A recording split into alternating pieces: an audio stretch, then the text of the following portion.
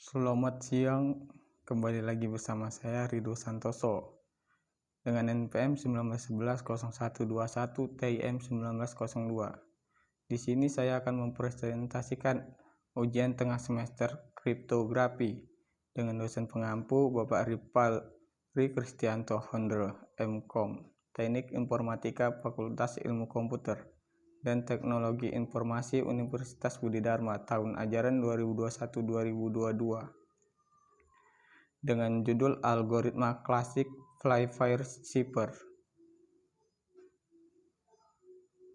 Adapun sejarah algoritma Flyfire Cipher yaitu adalah cipher klasik yang ditemukan oleh Sir Charles Wheatstone dan Baron Leon Flyfire.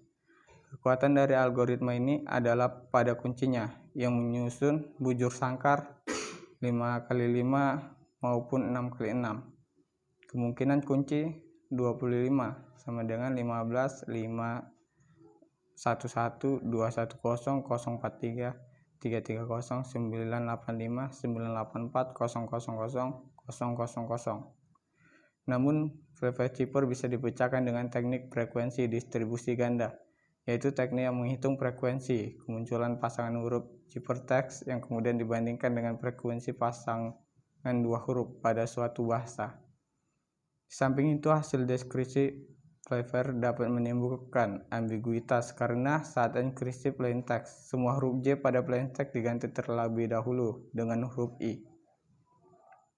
Serangan-serangan yang mungkin dihadapi terhadap algoritma kriptografi Flyfire Cipher antara lain: Acoustic Attack, Ciphertext Only Attack, Kernel Plain Attack, Cons Plain Attack, Adaptive Closed Plaintext Attack, Quotient Ciphertext Attack. Teknik analisis frekuensi. Teknik analisis frekuensi adalah teknik yang membandingkan distribusi kemunculan huruf pada ciphertext terhadap distribusi kemunculan huruf pada berbagai teks suatu bahasa. Lanjutannya adalah teknik analisis frekuensi pasangan huruf. Teknik analisis frekuensi pasangan huruf membandingkan distribusi dua huruf.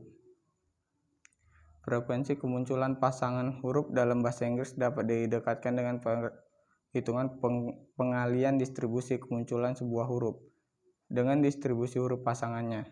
Jadi frekuensi kemunculan pasangan huruf tertinggi adalah pasangan huruf T dan E.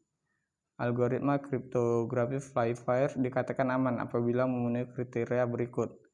Satu, persamaan matematis yang menggambarkan operasi algoritma kriptografis sangat kompleks sehingga algoritma tidak mungkin dipecahkan secara analitik. 2.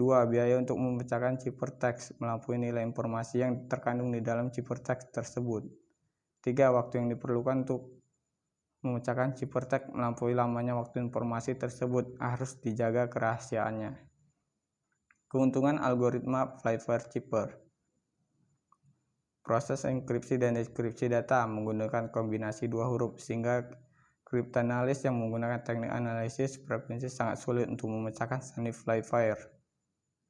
Tabel kunci hanya digunakan sekali karena terdapat kemungkinan tabel kunci tersebut telah dipecahkan oleh pihak yang tidak berkepentingan. Kelemahan algoritma Flyfire Cipher: sandi Flyfire dengan mudah dapat dipecahkan dengan menggunakan teknik frekuensi distribusi ganda, yaitu dengan menghitung frekuensi kemunculan pasangan dua huruf sandi yang kemudian dibandingkan dengan frekuensi pasangan dua huruf pada suatu bahasa. Sandi Flyfire tidak menggunakan huruf J dalam tabel kunci sehingga bisa menimbulkan makna atau arti ganda pada saat memecahkan atau menerjemahkan suatu sandi. Sandi Flyfire tidak cocok digunakan untuk menyampaikan pesan rahasia yang cukup panjang. Contoh proses Flyfire Cipher. Flyfire Cipher termasuk ke dalam polygram Cipher sehingga Flyfire dikategorikan juga algoritma kriptografi klasik. Flyfire Cipher diciptakan sebagai varian dari algoritma kriptografi Flyfire untuk mengatasi kelemahan Flyfire. Kunci Flyfire Cipher adalah 26 huruf A, B, C, D sampai dengan Z ditambah 10 buah angka 0, 1, 2, 3 sampai dengan 9 yang disusun di dalam bujur sangkar 6x6. Setiap bujur sangkar berisi huruf yang berbeda satu sama lain. dapat kita lihat di dalam tabel kunci. Proses enkripsi. Algoritma enkripsi Pfeiffer Cipher terdiri dari dua tahap. Yang pertama, melakukan algoritma enkripsi sama dengan algoritma enkripsi Pfeiffer.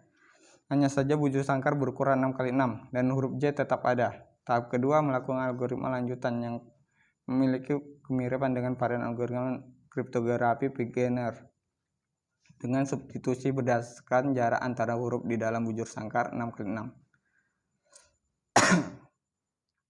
Algoritma enkripsi Pfeiffer Cipher adalah sebagai berikut. Satu pesan yang akan dienkripsikan ditulis dalam pasangan huruf. Jika dalam pasangan terdapat huruf yang sama, sisipkan huruf-huruf dummy. Jika terdapat huruf yang belum berpasangan, maka pasangkan huruf tersebut dengan dummy. Contoh plain text Rido Santoso. Dummy DMY plain text menjadi RIDOSANT ODMY SNODMY. 2. Lakukan algoritma seperti algoritma enkripsi Pfeiffer untuk mensubstitusikan semua pasangan huruf plain text dengan bujur sangkar kunci 6x6. Hasilnya menjadi TNXNBRCD A5 UTQP QTLAQP. 3. Hasil enkripsi tadi kemudian dikenakan algoritma enkripsi lanjutan. Huruf hasil enkripsi tadi dipasangkan dengan huruf pertama kunci untuk digantikan menjadi huruf baru menggunakan fungsi enkripsi jarak. Fungsi enkripsi jarak ini adalah menghitung jarak antara huruf yang akan dienkripsikan dengan huruf kunci, lalu mencari huruf dengan jarak yang sama terhadap kunci. Jika panjang kunci telah habis, sisanya diganti dengan huruf-huruf yang akan dienkripsikan dari awal. Contoh plain text TNXNBRCD kunci ST AND5R dari kotak 6x6 hasil 55GN43OL. Untuk huruf R dengan kunci 5 menghasilkan karakter 3. Jarak karakter 5 dari karakter R pada kotak adalah 4 petak kanan dan 1 petak atas. Sehingga karakter dengan 4 petak kanan dan 1 petak atas dari karakter 5 atau kunci adalah 3. Jika melewati batas atas dan kanan, maka definisi 1 petak atas adalah karakter paling bawah pada kotak 6x6 pada kolom yang sama dan karakter paling kiri pada kotak 6x6 pada baris yang sama. Proses deskripsi. Algoritma deskripsi kebalikan dari enkripsi yakni 1. Cari karakter-karakter yang berjarak dari karakter kunci sama dengan karakter kunci ke ciphertext. Lalu lakukan algoritma deskripsi Pfeiffer, hilangkan dummy. Untuk memecahkan kombinasi tahap pertama dan tahap kedua ini harus dilakukan percobaan brute force mencari kunci. Banyaknya cara untuk memecahkan kunci Pfeiffer adalah 36 cara. Jadi Pfeiffer Cipher memiliki sifat confusion atau membingungkan. Sebagai bukti, lihat contoh pada langkah Pfeiffer Cipher tahap 2 yang telah diberikan. Plain text RIDOSANT Ciphertext 1 TNXNBRCD Ciphertext 2 55GN43OL. Atur huruf A tidak selalu berasosiasi dengan huruf yang sama. Begitu pula untuk pasangan huruf. Pasangan huruf yang sama belum tentu menghasilkan pasangan huruf ciphertext yang sama. Diffusion, pengubahan suatu karakter plain text dapat menyebabkan perubahan semua karakter ciphertext setelahnya.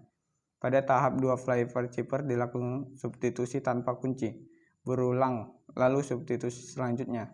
Untuk plain text yang lebih panjang dari panjang kunci berdasarkan ciphertext hasil tahap pertama sehingga statistik.